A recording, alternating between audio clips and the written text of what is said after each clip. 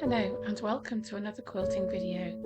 If this is the first time you visited, welcome. I upload videos weekly, quilting, scrap busting and all sorts of other projects, including bags and some clothes. I made several quilts as gifts this season, but found myself with some leftovers, so a few days before Christmas I decided to make 2 extra ones with the leftovers for my 2 little grandsons. Both quilts are identical and use up practically all of my blue glow-in-the-dark fabrics. Check out the playlist linked in the description to see how I made those recent quilts. I gave the 2 quilts to my grandsons on Christmas Eve. They were sharing a room so that other family members would have somewhere to sleep over Christmas.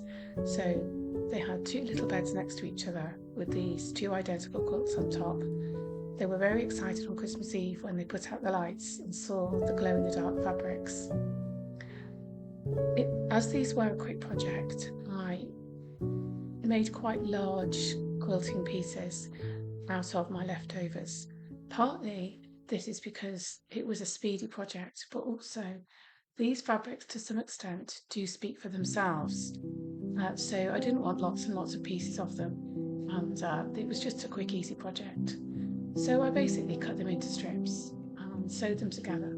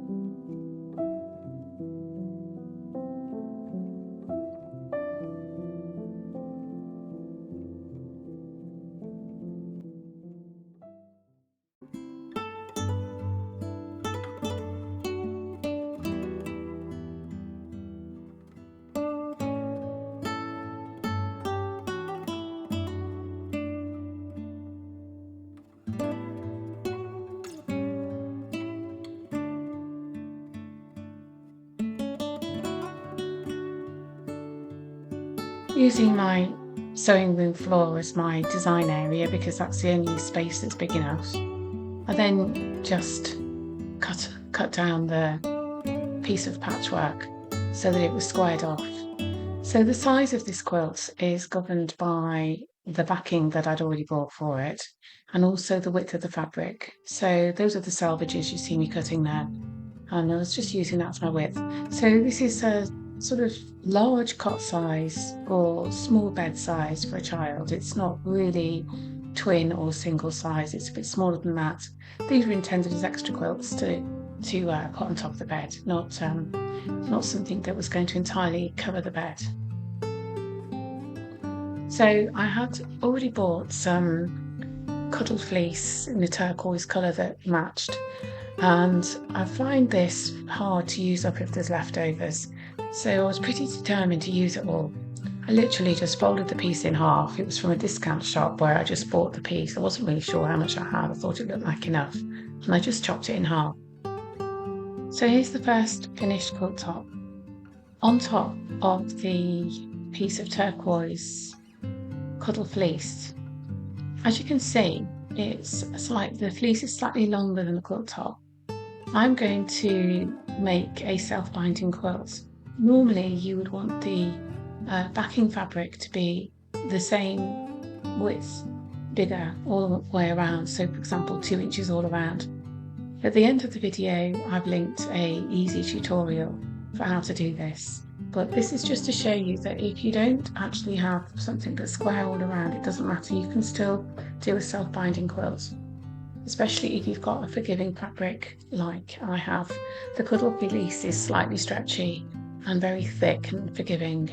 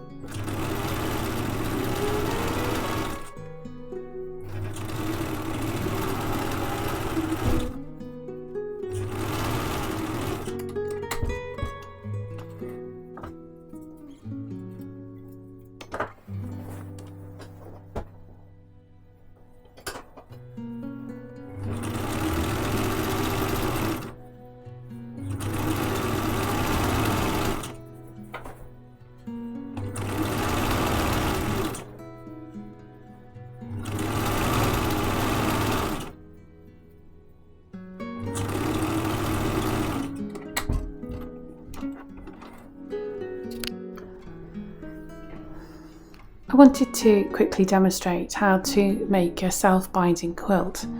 This could be used for a baby blanket or a larger quilt like I've done in this video, but I thought it might be easier to just show it and show the method that I used with smaller pieces of fabric.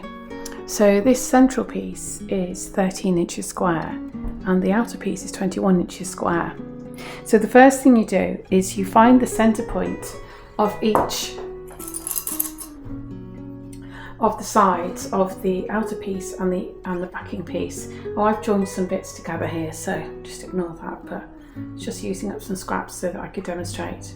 So find the center point, find the center point of the other side.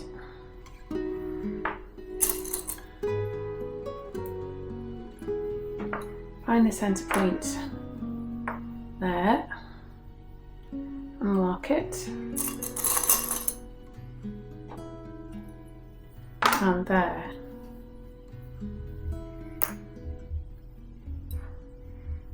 and mark it, and then do exactly the same thing with the larger piece.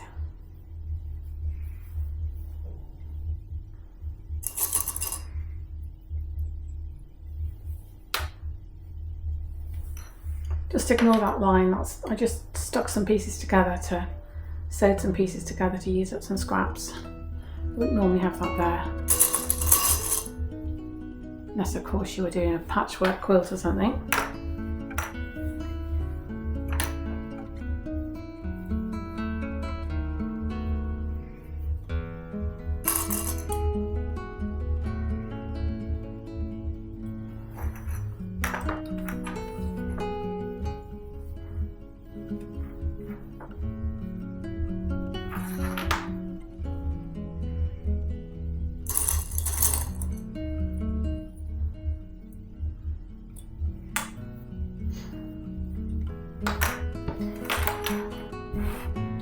Then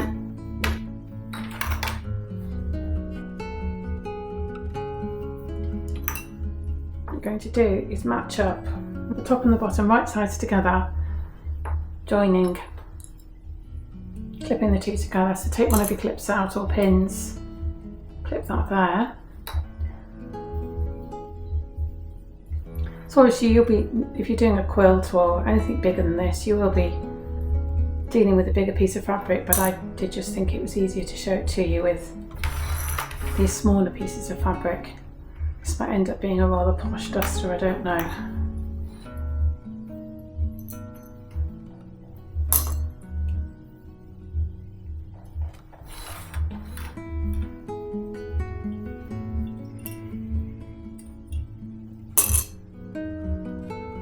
Okay, so now what we're going to do is from each midpoint sew to the end of the smaller piece. Join the two sides together, but sew to the end of the smaller piece, but just stop half an inch before the end. Now, if I'm perfectly honest, I normally just guess this, but you can actually mark it. Mark that point. Then you would go to the midpoint of here and sew to that end. Again, you would stop half an inch from the end. So you can mark it or you can guesstimate it. Continue marking that all the way around like that.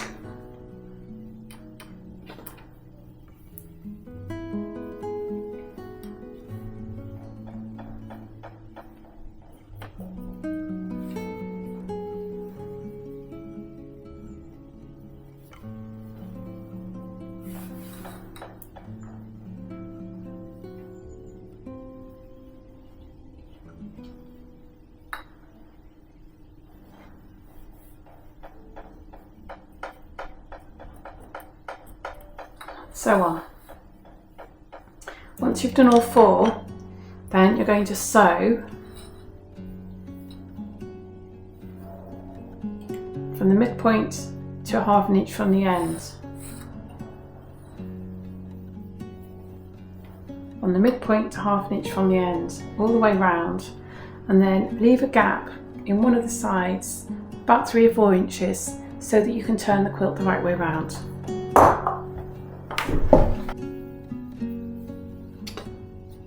Now I don't have a back stitch on this machine, so I'm not going to back stitch. I'm just going to not bother, but you would normally back stitch to secure the end.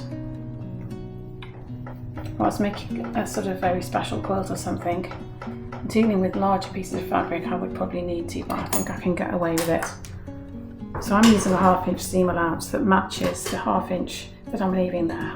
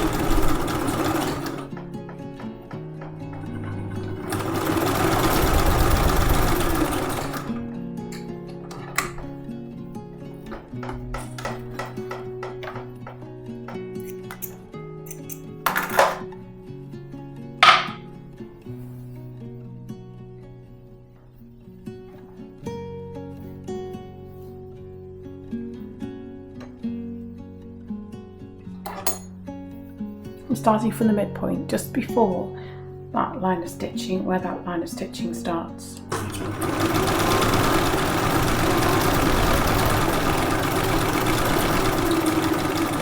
Stopping 1/2 inch before the end.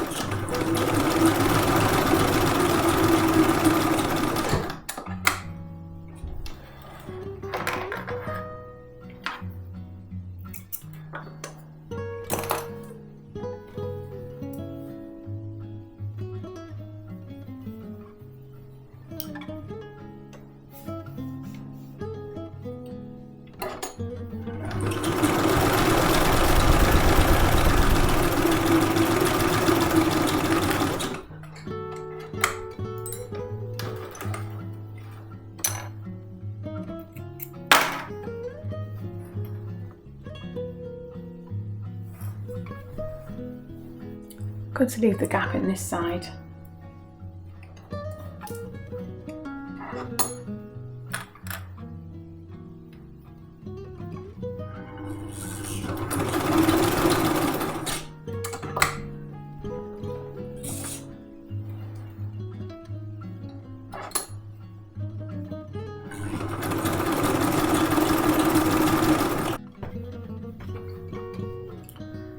Next, we mite at the corners by matching up the raw edges like this on each corner, making sure it's folded flat, and then get a straight edge and go from this point where you stop sewing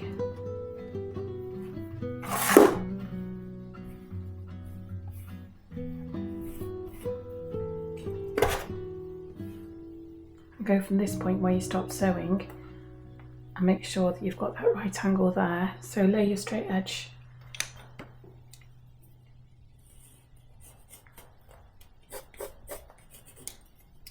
It's probably best to put a pin in.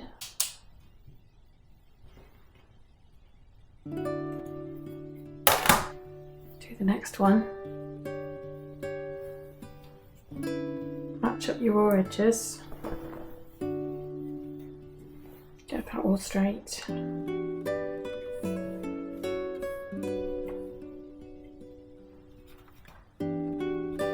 Make sure you don't have your other fabric caught up. From the point where you stop sewing, put your straight edge there,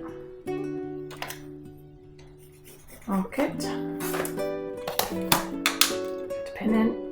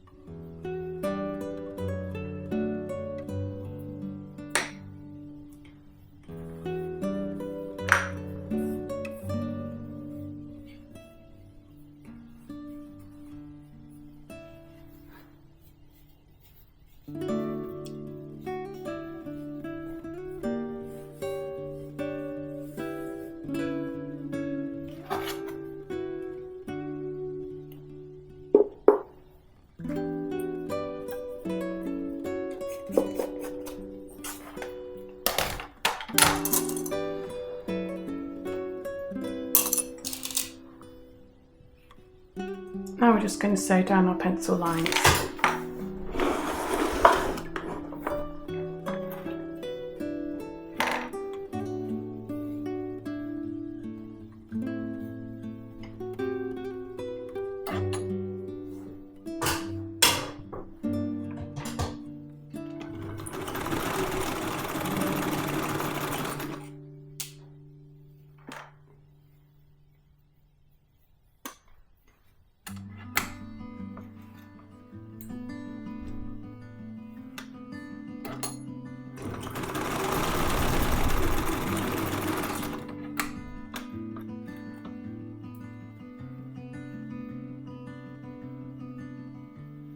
Skin likes your skin.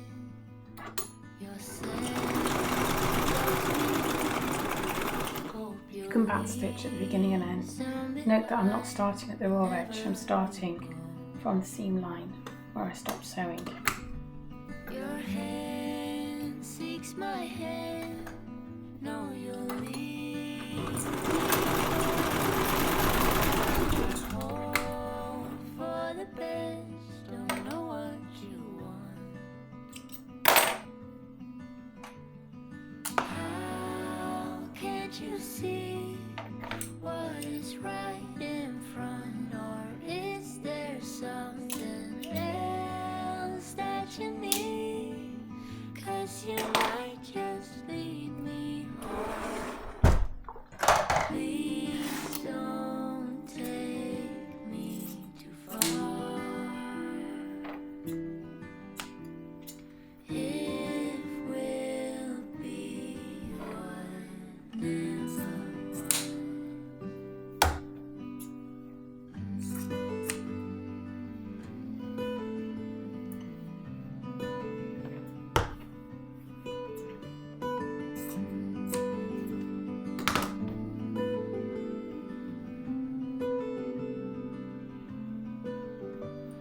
turn it around the right way through the gap left. Go and stay if you want. Your hand leaves my hand Around the like corners. it's nothing at all. A heart, give or take. You know you can have it, but you're not holding space. Not for me, not even a drawer. Please don't take me too far. If we'll be what never was.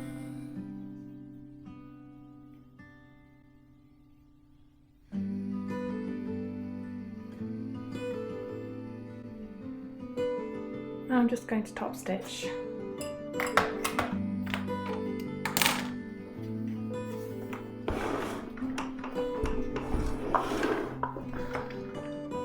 I'm going to go over the gap that I left.